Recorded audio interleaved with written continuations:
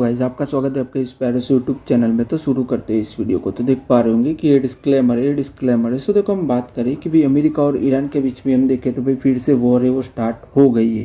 Right, कि भाई उन्होंने जो एमओयू साइन किया हुआ था 15 से 17 जून के बीच में हम देखें तो उसका हम देखें तो वो भी वायोलेशन हो गया, और सीज फायर का भी हम देखें तो भाई वायोलेशन हो गया है। तो ऐसा क्या हुआ कि भाई दोनों देश है वो एक दूसरे पर हम देखें तो अच्छी खासी मात्रा में एयर स्ट्राइक है वो कर रहे हैं।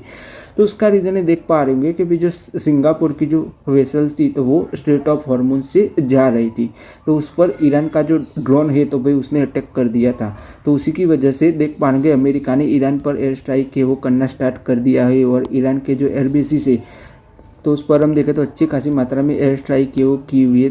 देख पा रहे होंगे कि भी जो 10 जो ईरान के जो मिलिट्री टारगेट्स थे तो उस पर अमेरिका ने अच्छी खासी मात्रा में एयर स्ट्राइक की हुई है। तो उसके रिस्पांस में हम देखें ईरान ने, तो भाई ईरान ने भी जो अमेरिका के जो बेसिस थे राइट गुयाना में और बहरीन में जो उनका जो हेडक्वार्टर था, सो उस पर हम देखें तो अच्छी खासी मात्रा में ईरान ने एयर स्ट्राइक की हुई है। वो आप लोग देख पा रहे होंगे कि भाई ईरान ने भी अच्छा खासा रिटेलिएट है वो किया हुआ है, वो आप लोग देख पा रहे होंगे। तो भाई हम देखें कि भाई ईरान ने ड्रोन स्ट्राइक है वो क्यों की थी, राइट, जो सिंगापुर का जो वेसल्स था उस पर हम देखें तो उसका रीज़न है भाई ईरान ने कहा हुआ है कि भाई सिंगापुर का जो वेसल्स है तो वो जो रूट से वो फॉलो नहीं कर रहा था, राइट, जो स्ट्रेट ऑफ हॉर्मुज से जब वो गुजर रहा था तो वो जो रूट्स होता है राइट तो वो फॉलो नहीं कर रहा था। तो उसी की वजह से ईरान ने स्ट्राइक की हुई है। तो अभी हम देखें तो भाई डोनाल्ड ट्रंप ने हम देखें तो अच्छी खासी वार्निंग दी हुई है ईरान को कि भाई जो ईरान की जो रिजीम है उसको हम देखें तो भाई वो लोग उखाड़ के फेंक देंगे, राइट। ओवरऑल हम देखें तो उसका एग्जिस्ट ही नहीं रहेगा। तो भाई ईरान का भी कहना है, वो आप लोग देख पा रहे होंगे कि भाई हमने कोई भी रूल है वो वायलेट नहीं किया हुआ है, वो आप लोग देख पा रहे होंगे। ओवरऑल हम देखें तो भाई दोनों देश है वो राइट अपनी अपनी हम देखें तो भाई अपना अपना जो स्टेटमेंट है वो दे रहे हैं, बट ओवरऑल हम देखें तो भाई दोनों देश ने हम देखें तो अच्छी खासी मात्रा में एक दूसरे पर बम है वो घिराए हुए हैं, राइट, मिसाइल है वो घिराई हुई है, वो आप लोग देख पा रहे होंगे, राइट। तो ये जो वॉर है वो फिर से स्टार्ट हो गई है, वो आप लोग देख पा रहे होंगे। तो उसका हम देखें इंडियन स्टॉक मार्केट पर क्या इम्पैक्ट देखने को मिलेगा, राइट। तो आप लोग देख पा रहे होंगे कि भी जो क्रूड ऑयल के दाम है उसके अंदर भारी भरकम अच्छी खासी बढ़ोतरी देखने को मिल सकती है। तो उससे क्या होगा, इन्फ्लेशन है वो बढ़ेगी, राइट, और इन्फ्लेशन बढ़ने से क्या होगा, पेट्रोल और डीजल के दाम है वो बढ़ेंगे। तो इंडिया की इकोनॉमी की बात करें और इंडियन स्टॉक मार्केट कंपनी की भी बात करें तो उन पर हम देखें तो भाई नेगेटिव इम्पैक्ट देखने को मिलेगा। वो आप लोग देख पा रहे होंगे कि भाई जो सप्लाई लाइन है वो भी डिस्टर्ब हो जाएगी, और जो हमारी जो इकोनॉमी है तो उस पर भी हम देखें तो भाई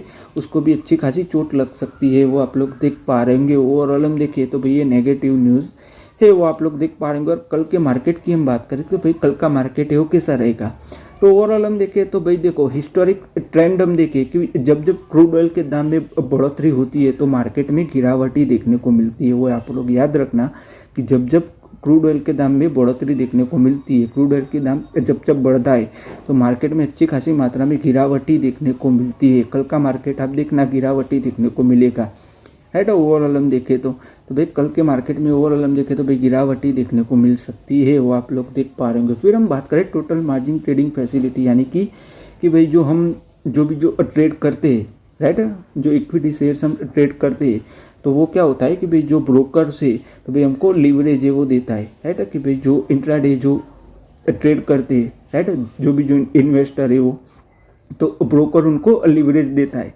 राइट। तो ओवरऑल हम डिटेल में देखें तो देख राइट होता क्या है, मार्जिन ट्रेडिंग फैसिलिटी क्या होता है कि भाई जो हम ट्रेड करते हैं, सपोज कि हमने 2 रुपये के 10 शेयर्स लिए तो उसकी कीमत हो जाती है 20 रुपीज़।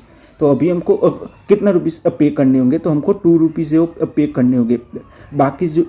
बाकी के जो 18 रुपीज़ है वो हमारे जो ब्रोकर है वो पे करेंगे, तो हमको ब्रोकर को देना होगा ना, राइट, 18 रुपीज़ है वो, राइट। तो वो ब्रोकर क्या करते हैं कि भाई वो है वो जो इंटरेस्ट आता है तो वो लेते, और अगर आपको देना हो तो आप दे सकते हो ब्रोकर को।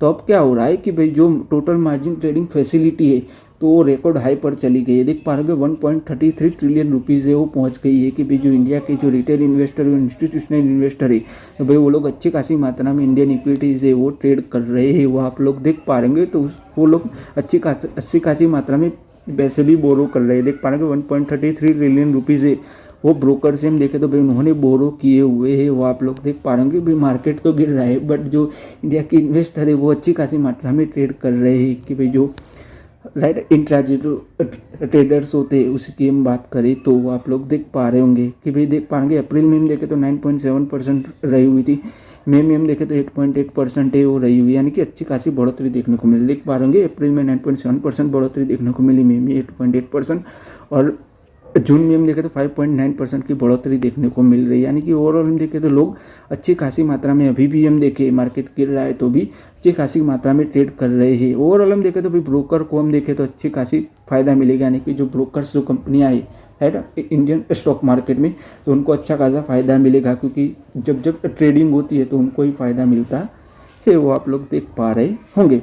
तो फिर हम बात करें इन्फो एज की तो देख पा रहे होंगे उन्होंने अपॉइंट किया हुआ है हिमांशु अग्रवाल को एज ए सीईओ के तौर पर अपॉइंट किया हुआ है 5 ईयर के लिए हम देखें तो भाई अपॉइंट किया हुआ है। देख पा रहे होंगे ये जो सीईओ है वो एक्सपीरियंस है वो आप लोग देख पा रहे होंगे।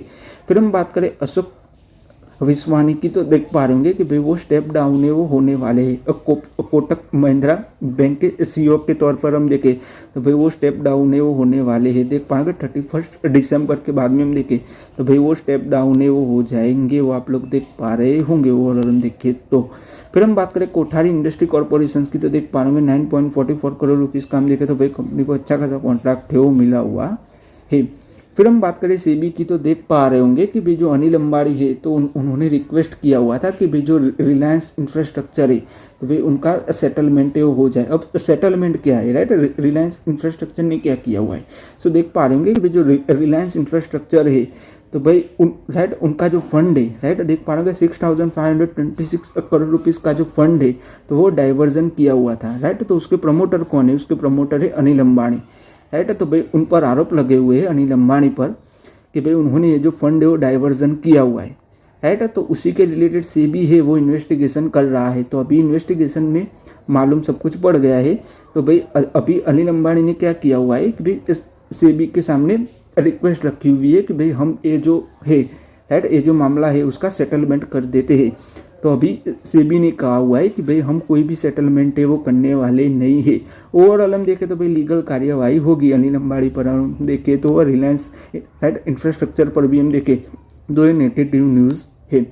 फिर हम बात करें साइबर मीडिया की तो देख पा रहे होंगे कि भाई जो cyber media research and service है तो देख पा रहे होंगे कि भाई उनको नो ऑब्जर्वेशन का सर्टिफिकेट है वो मिल गया है बीएससी और एनएससी से हम देखें तो कि भाई वो लोग मर्जर करने वाले हैं। देख पा रहे होंगे साइबर मीडिया लिमिटेड में राइट, तो उसको हम देखें तो भाई नो ऑब्जर्वेशन का सर्टिफिकेट है वो मिल गया है तो भाई वो लोग मर्जर कर पाएंगे। पर अभी हम देखें तो एनसीएलटी का भी अप्रूवल है वो बाकी है, एनसीएलटी का अप्रूवल मिल जाता है तो भाई वो लोग मर्जर है वो कर पाएंगे।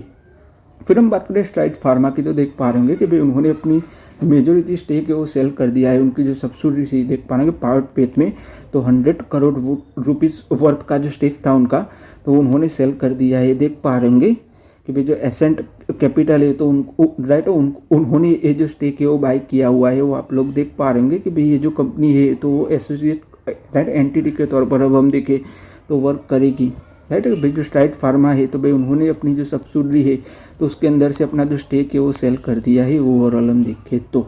फिर हम बात करें कि भाई जो वारी एनर्जी है उनके लिए हम देखें तो बहुत अच्छी खबर आई हुई है, उसका रीज़न क्या है राइट, ये अच्छी खबर है क्या, यानी कि ओवरऑल हम देखें तो देख पा रहे होंगे कि भाई उन पर आरोप लगे थे कि भाई यूएस का जो कस्टम डिपार्टमेंट है तो उनको हम देखें तो भाई राइट इन्फॉर्मेशन मिली हुई थी कि भाई जो वारी एनर्जी है तो जो अपनी जो सोलर पैनल है तो उसके अंदर जो सोलर सेल आते हैं तो वो लोग चाइनीज़ मेड है वो यूज़ कर रहे हैं, ऐसी इन्फॉर्मेशन है वो मिली हुई थी राइट। यूएस का जो कस्टम डिपार्टमेंट है उनको तो भाई उन्होंने हम देखे तो भाई इन्फेक्शन है वो किया हुआ था वारी एनर्जी के जो मैन्युफैक्चरिंग फैसिलिटी है और उनके जो प्रोडक्ट्स है उस पर हम देखें तो हाँ। सो भाई जो उन्होंने जो इंस्पेक्शन किया उसके अंदर मालूम पड़ा हुआ है कि भाई जो वारी एनर्जी है तो भाई वो लोग जो चाइनीज़ मेड जो सोलर सेल आते हैं तो वो लोग यूज़ नहीं कर रहे हैं राइट। तो ओवरऑल हम देखें तो भाई कंपनी के लिए ये अच्छी बात है, ये अच्छी न्यूज़ है। भाई कंपनी को हम देखें तो भाई यूएस मार्केट का हम देखें तो एक्सेस है वो मिल जाएगा। ओवरऑल हम देखें तो भाई कंपनी के सबसे ज़्यादा एक्सपोर्ट है, कंपनी का जो रेवेन्यू है तो वो यूएस मार्केट से ही आता है।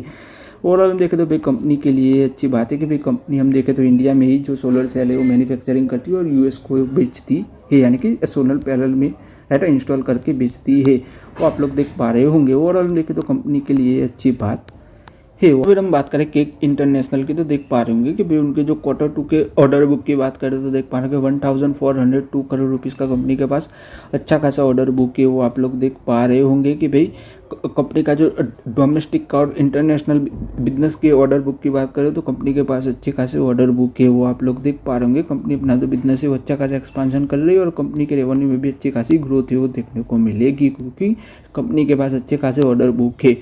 वो आप लोग देख पा रहे होंगे।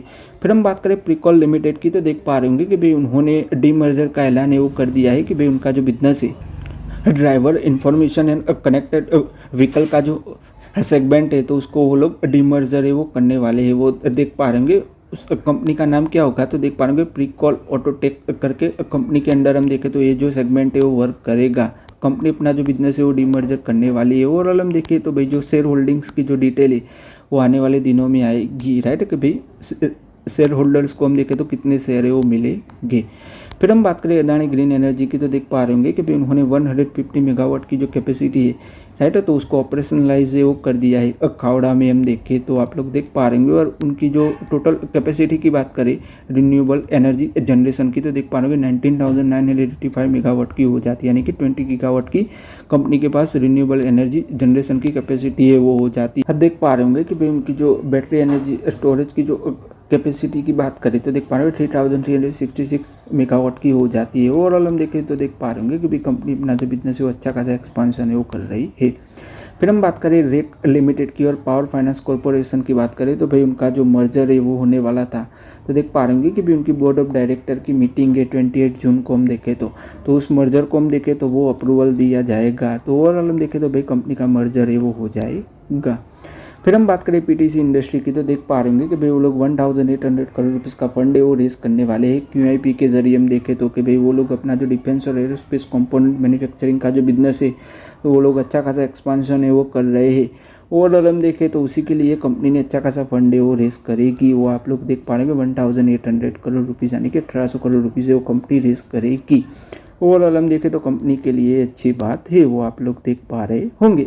सो आज की इस वीडियो में गाइस हम यहीं तक रखते हैं। अगर आपको वीडियो अच्छा लगा हो तो लाइक कर दीजिएगा, शेयर कर दीजिएगा और चैनल को सब्सक्राइब कर दीजिएगा। धन्यवाद वीडियो देखने के लिए।